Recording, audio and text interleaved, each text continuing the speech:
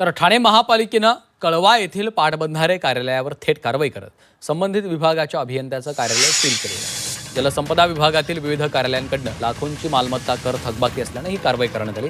यामध्ये जलसंपदा, मृद आणि सर्वेक्षण, घाटघर, जलविद्युत विभाग, पाटबंधारे, जलगुणवत्ता प्रयोगशाळा अशा सर्व विभागांचे मिळून तब्बल एकूण 53 लाख रुपयांचं कर थकबाकी असल्याने ही कारवाई महापालिकेने केली आहे।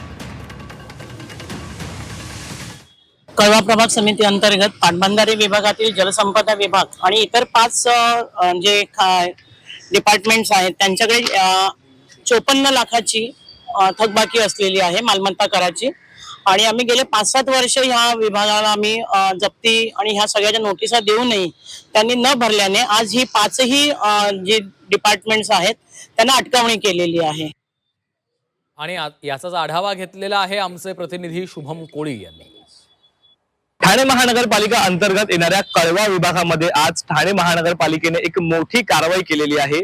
आपण ही जी माझ्या मागची इमारत पाहत आहात ही महाराष्ट्र शासन अंतर्गत येणारी जलसंपदा विभागाअंतर्गत येणारी ही इमारत आहे आणि याच इमारतीमधील जे काही जलसंपदा विभागाचे कार्यालय आहेत त्याला आता महापालिकेने जे आहे सील केलेलं आहे। यामागचं कारण म्हणजेच की मागील काही वर्षांपासून जे आहे ते कर जो आहे तो भरला न गेल्यामुळे जे आहे महापालिकेने ही थेट कारवाई जी आहे ती आता या कार्यालयांमध्ये जी आहे ती केलेली आहे।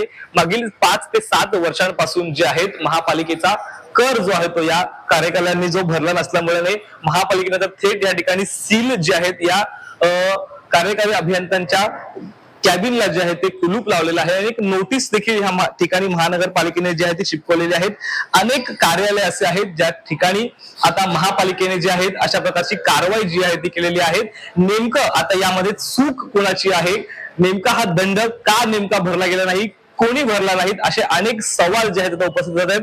हे एक कार्यालय आपण या ठिकाणी पाहत आहोत, परंतु असे 5 या ठिकाणाचे कार्यालय आहेत ज्या ठिकाणी अशा प्रकारचे सील जे आहे ते महानगरपालिकेने लावलेले आहेत आणि त्याचमुळे आता महाराष्ट्र शासनाच्या या जलसंपदा विभागाकडून अशा प्रकारची चूक कराच्या बाबतीत होते। त्यामुळे मोठा आता आळाबंदी प्रकार जो आहे तो या ठाणे महानगरपालिका हद्दीमधील एक समोर जो आहे तो येत आहे। त्याचमुळे आता या संबंधित विभागाचे मंत्री याबाबत नेमका काय खुलासा करतील, नेमकी चूक कोणाची, यावर कधी पडदा उठेल असा एकंदरीत सवाल जो आहे तो उपस्थित होतोय। शुभम कोळी, झी मीडिया, ठाणे।